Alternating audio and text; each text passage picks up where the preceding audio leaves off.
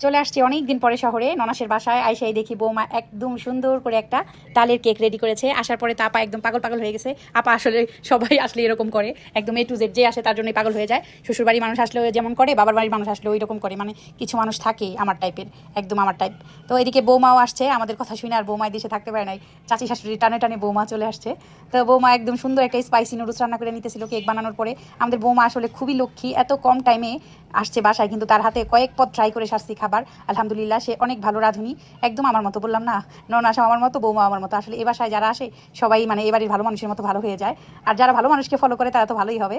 এই তো বৌমা নুডলসটাকে অনেক সুন্দর করে রান্না করতে নিছে। তেলে সবার আগে ডিমটা ফেটে নিছে, তারপরে সবজি দিয়ে, আলু দিয়ে, পেঁয়াজ কাঁচামরিচ ভাজা ভাজা করে নুডলসের মশলাটাকে দিয়ে ডিম ভাঙিয়ে ভাজা ভাজা করে তারপর শেষে নুডলসটাকে দিয়ে দিল। আমি আসলে ভিডিওটা করি নাই, ভিডিওটা সানজু করছে, তাই আমার একটু ভয়েস উলট পালট হচ্ছে। এত সুন্দর হয়েছে লাস্টে এই যে ধনিয়া পাতা, এটা অনেকেই ধনে পাতা বইয়ের ভাষা, বাট আমরা ধনিয়া পাতা বলি। ওই দিন আমার ভিডিও দেখে অনেকেই কমেন্ট করছে ধনিয়া পাতা কি, তিয়াজ পাতা কি। আসলে যার যার অঞ্চলে একটা ভাষা থাকে, আমার মায়ের মুখের ভাষা হয়েছে তিয়াজ পাতা, ধনিয়া পাতা। তা ওই ভাষাটা শুনে শুনে আমি ধনে পাতা তেজপাতা বলি না, কিন্তু বলতে পারি। যা আপুরা যে কমেন্ট করো যে ধনিয়া পাতা কি, তেজপাতা কি, তাদেরকে বলি ধনে পাতা তিয়াজ পাতা বইয়ের ভাষা, তেজপাতা জানি, কিন্তু যে আমার যে নিজের মায়ের ভাষা আছে ওইটা তো আমি বলবোই।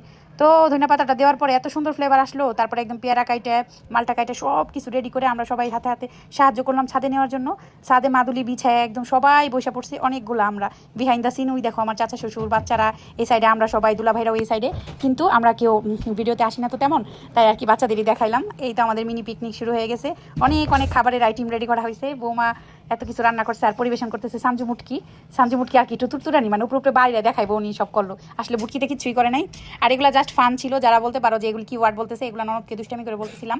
তারপরে এই যে কোকোলা নুডলসটা এত মজা হয়েছিল, আর আনাস আব্দুল্লাহ শুধু টুকাইতেছে, সবার খাবারের প্লেটে থেকে টুকাইতেছে, তাকে কেউ প্লেট দেয় না, আসলে সে খাইতে পারে না। তারপরে এই যে আমরা তালের কেকটাকে এখন কাটবো, এটা ভিতরে হয়েছে ক্রিমি থাকবে আর উপরে অনেক সুন্দর থাকবে। এটা তালের ক্রিমটা দিয়ে আর হয়েছে সুজি দিয়ে বানানো হয়েছে, আর নারিকেল সাথে আর চিনি মিক্স করা হয়েছে কিনা এটা আমি বলতে পারবো না, বৌমা বানাইছে। আসলে আমাদের বৌমা অনেক গুণী। আজকের দিনটা অনেক অনেক ভালো ছিল, মানে আমাদের সারা বিকেলটায় আনন্দে কাটলো। এদিকে আমরা ঢাকায় আসছি, আমার ফুপি শাশুড়ি অনেক অসুস্থ, আর আমার ননাসের বাড়িও আমার ফুপি শাশুড়ির বাড়ির সাথেই, দুলাভাই অসুস্থ। দুইজনকে দেখার উসিলাতে ঢাকায় আসছি, আর সেই উসিলাতে একদম সবার সাথে দেখা হয়ে গেল, মিনি পিকনিকও হয়ে গেল।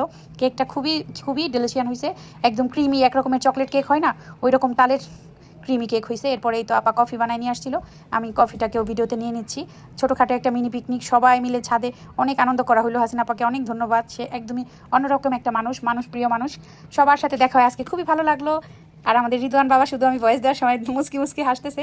কেকের উপরে আমরা শুধু একেবারে ধুম করে ঘিরা পড়ছি যে কে কখন কফিটা দিয়ে কেকটা খাবো। অনেক অনেক মজা হয়েছিল।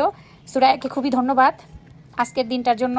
হাসিনা আপু সুরায়া যদি এত কষ্ট না করতো তাহলে এত সুন্দর একটা সন্ধ্যা আমাদের কাটতো না। তো শহরে এই প্রথম মিনি পিকনিক কেমন হয়েছে ভিডিও দেখে তোমরা সবাই অবশ্যই কমেন্টে জানাবা।